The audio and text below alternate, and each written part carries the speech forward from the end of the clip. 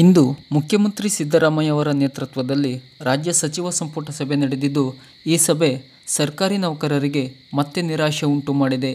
ಕಳೆದೆರಡು ತಿಂಗಳ ಹಿಂದೆ ಸುಧಾಕರ್ ರಾವ್ ನೇತೃತ್ವದಲ್ಲಿ ಸಲ್ಲಿಕೆಯಾಗಿದ್ದ 7ನೇ ವೇತನ ಪರಿಷ್ಕರಣೆ ವರದಿ ಲೋಕಸಭಾ ಚುನಾವಣಾ ನೀತಿ ಸಂಹಿತೆ ಹಿಂಪಡೆದ ಮೇಲೆ ಪರಿಷ್ಕರಿಸಲಾಗುತ್ತದೆ ಎಂದು ಸರ್ಕಾರಿ ನೌಕರರು ಭಾರೀ ನಿರೀಕ್ಷೆಯಲ್ಲಿದ್ದರು.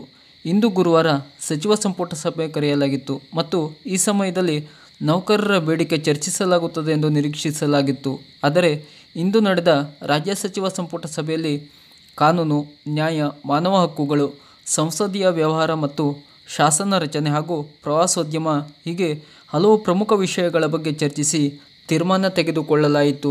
ಆದರೆ 7ನೇ ವೇತನ ಆಯೋಗ ಜಾರಿ ಮತ್ತು ವೇತನ ಪರಿಷ್ಕರಣೆ ಬಗ್ಗೆ ಯಾವುದೇ ನಿರ್ಣಯ ಕೈಗೊಂಡಿಲ್ಲ.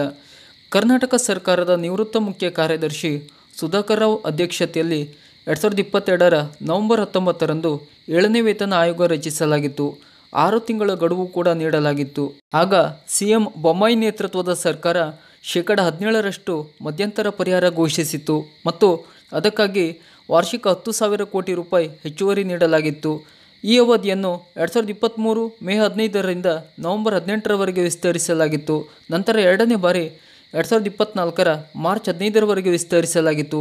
ಆಯೋಗದ ಅಧ್ಯಕ್ಷ ಮತ್ತು ಸದಸ್ಯರು ಮುಖ್ಯಮಂತ್ರಿಗೆ ವರದಿ ಸಲ್ಲಿಸಿದರು. ಆದರೆ ಇಂದು ನಡೆದ ರಾಜ್ಯ ಸಚಿವ ಸಂಪುಟ ಸಭೆಯಲ್ಲಿ ಸರ್ಕಾರಿ ನೌಕರರ ವೇತನ ಪರಿಷ್ಕರಣೆ ಹಾಗೂ ಇತರೆ ಬೇಡಿಕೆಗಳ ಬಗ್ಗೆ ತೀರ್ಮಾನ ತೆಗೆದುಕೊಳ್ಳದಿರುವುದು ಸರ್ಕಾರಿ ನೌಕರರಿಗೆ ಮತ್ತೆ ನಿರಾಶೆ ಉಂಟು ಮಾಡಿದೆ. ಸರ್ಕಾರದ ಈ ಥರದ ಮಾಹಿತಿಗಳಿಗಾಗಿ ನಮ್ಮ ಚಾನಲನ್ನು ಸಬ್ಸ್ಕ್ರೈಬ್ ಮಾಡಿ. ನಮಸ್ಕಾರ.